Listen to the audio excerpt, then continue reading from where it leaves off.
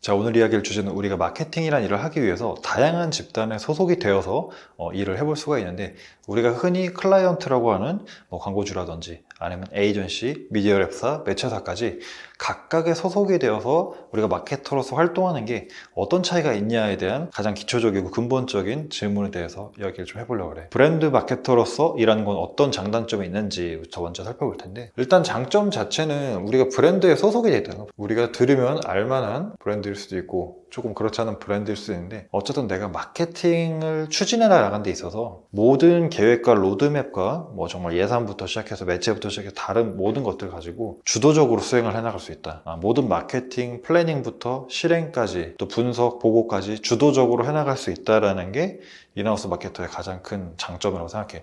이게 장점이 되기도 하고 단점이 되기도 하는데, 하나의 브랜드를 고객과 연결을 시키는 데 있어서 가장 일선에서 이제 약간 지휘관 역할이라고 해야 될까? 전반적인 이제 작전을 수립하고 전략을 짜고 전술을 계획하고 이런 것들에 대한 전담을 하는 역할 자체가 이제 인하우스 마케터, 클라이언트가 이제 해야 될 역할이다. 구체적인 실행 계획이라든지 이런 전술적인 부분은 다시 이제 대행사나 다른 조직에 이제 하다를 하게 되는데, 기본적으로는 브랜드에 이제 소속이 돼 있기 때문에 자기 주도적인 마케팅이 가능하다. 반대로 단점도 비슷하기는 해. 사실은 이 자기 주도적으로 해야 될 건 많은데 항상 시간과 리소스의 부족에 시달려. 왜 마케터들은 항상 바쁘다고 할까, 시간이 없다라고 할까? 이거는 이제 인하우스 다니는 사람들만 좀 이해를 할 수가 있는데, 브랜드에 입사를 하게 되면은 사실 각각의 팀이 굉장히 유기적으로 돌아요. 유기적으로 개발팀도 있고 디자인팀도 있고 마케팅팀도 있고 영업팀도 있고 여러 가지 부서가 있어. 회사에는 마케팅 팀의 포지션이 약간 어떤 느낌이냐면, 모든 부서와 부서를 이어주는 약간 허브이자 윤활유이자 꼭 거쳐가야 되는 그런 부서의 느낌이 좀 강하다고 보면 돼. 영업팀에서 진행하는 어떤 영업 활동도 마케팅팀에서 이게 마케팅 방향성에 어긋남이 없는지 승인을 받고서 영업팀에서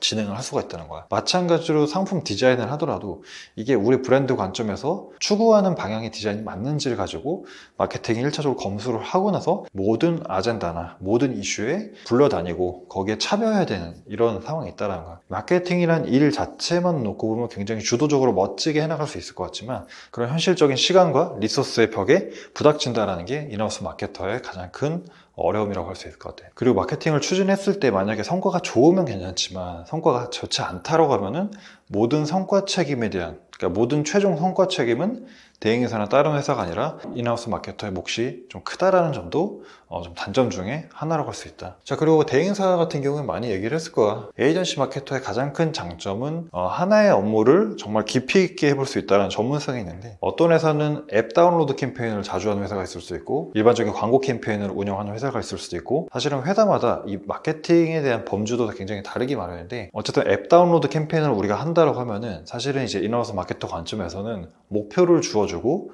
예산을 주어주고 이런 캠페인이 필요합니다 라고 이제 디렉션을 하게 되면, 실제 그 내용을 수행하는 에이전시 입장에서는 어떤 매체를 활용해서 어떤 메시지를 통해서 고객하고 조금 이걸 매력적으로 연결시킬 수 있을지를 좀 더 구체적으로 고민하다 보니까 특정 마케팅의 정말 끝단 전술적인 단위까지 고민을 해서 전문성을 좀 함양할 수 있다는 게 대행사의 가장 큰 장점이라고 할 수가 있을 것 같아. 그리고 대행사의 또 다른 장점이라고 하면은 아무래도 업무 경험이 그만큼 많이 축적이 된다는 건데, 우리가 브랜드에 소속된 마케터는 보통 한 개에서 두 개 브랜드만 전담해서 운영을 하잖아. 근데 이제 에이전시 같은 경우에는 여러 가지 광고주를 주기적으로 빠르면 6개월, 1년, 그 이상 2, 3년 정도 주기로 돌면서 다양한 업종을 경험을 해볼 수 있다는 거지. 부동산 업종도 해봤다, 건설도 해봤다, 뷰티도 해봤다, 패션도 해봤다, 이런 식으로 이제 전반적인 산업 전반에 대한 마케팅 지식이라든지 경험에 대해서 간접 경험을 할 수 있다는 게 에이전시 마케터의 가장 큰 강점이라고 생각해. 반대로 에이전시 마케터의 단점 같은 경우에는 역시나 아무래도 여러 가지 일을 수행해 나감에 있어서 그런 리소스라든지 시간 운용적인 문제가 가장 크다고 보여지는데, 사실 에이전시 같은 경우에 어떤 물리적인 리소스상의 어려움도 물론 있지만 계속해서 신규 클라이언트를 발굴하고 영업을 해 나가야 되는 그런 포지션에 있기 때문에 그런 영업적인 부담도 분명히 존재한다는 거야. 그래서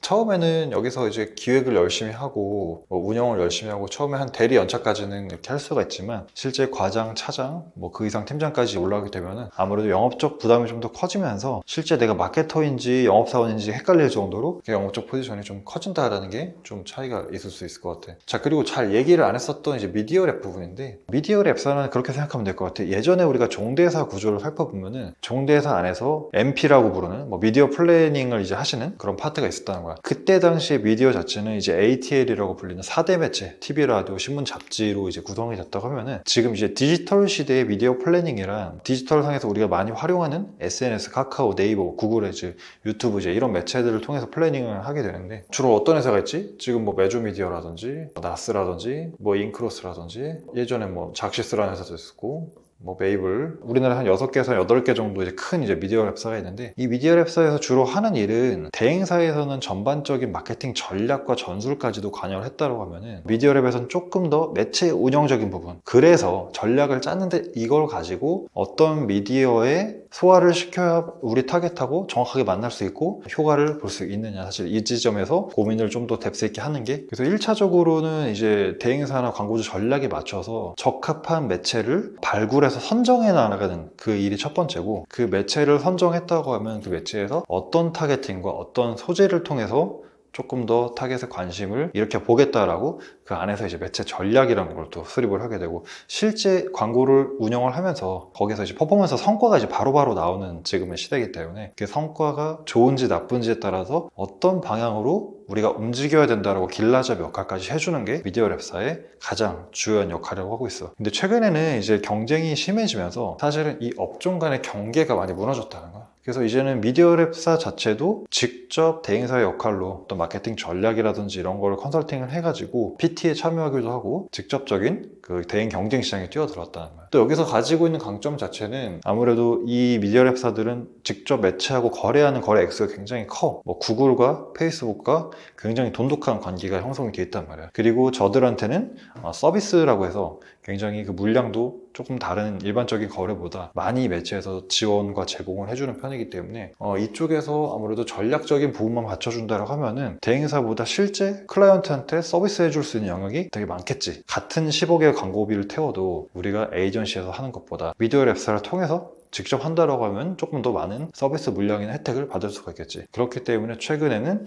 미디어 랩사가 계속 끊임없이 우상향해서 매출이 성장하는 그런 모습을 보이고 있고, 미디어 랩사 좀 설명이 길어졌는데 미디어 랩사의 가장 큰 장점은 일단 지금 대기업 계열사다. 그러니까 모든 지금 미디어 랩사가 대기업 계열사, 사실 메조가 이제 CJ이고 나스가 KT 쪽이고 인크로스가 지금 SK 쪽인 걸로 알고 있고, 나머지 이제 뭐 외국계 기업이라든지 전부 다 이제 대기업, 뭐 외국계 기업 계열사들이 많기 때문에 처우라든지 안정성이라든지 일반적인 중소형 대행사보다 조금 더 낮다고 할 수 있다. 그리고 여기서야말로 진짜 매체 전문성을 기를 수가 있는데, 대행사에서 말하는 전문성이라는 거는 조금 포괄적이긴 해. 사실 미디어뿐만 아니라 마케팅에 대한 어떤 전략을 구축해 나가는 마케팅 전문가로서의 전문성이라고 하면은 미디어 랩사에서의 전문성이란 매체 운영, 이 미디어를 핸들링하는 거에 대한 정말 전문성이라고 말할 수 있을 것 같아. 그래서 매체에 대해서는 정말 대행사 직원보다도 더 잘 아는 게 바로 이제 미디어 랩사 형태라는 거고, 미디어 랩사의 단점이라고 하면 좀 역할이 좀 제한적이라고 할 수 있겠지. 아까 광고주가 가장 지휘관 역할을 한다고 했고, 에이전시 마케터는 그거를 받들어서 조금 더 참모 역할을 수행한다고 하면은, 미디어 랩사 직원 같은 경우는 실제 이 매체 운영에서 주로 자기 역할이 주어지기 때문에 실제 매체를 가지고 뭐 자기가 다른 데로 뭐 난 TBC를 하고 싶어 이렇게 바꿔버린다든지, 아니면 자기가 하고 싶은 메시지를 따르게 해버린다, 이렇게 좀 자기 주도적인 역할이 부여되기가 많이 어렵다는 거야. 왜냐면 큰 틀거리가 이제 클라이언트나 대행사에서 잡아가지고 매체 운영에 대해서 의뢰가 들어온 경우가 많다 보니까 자기 주도적인 역할이 좀 떨어진다는 게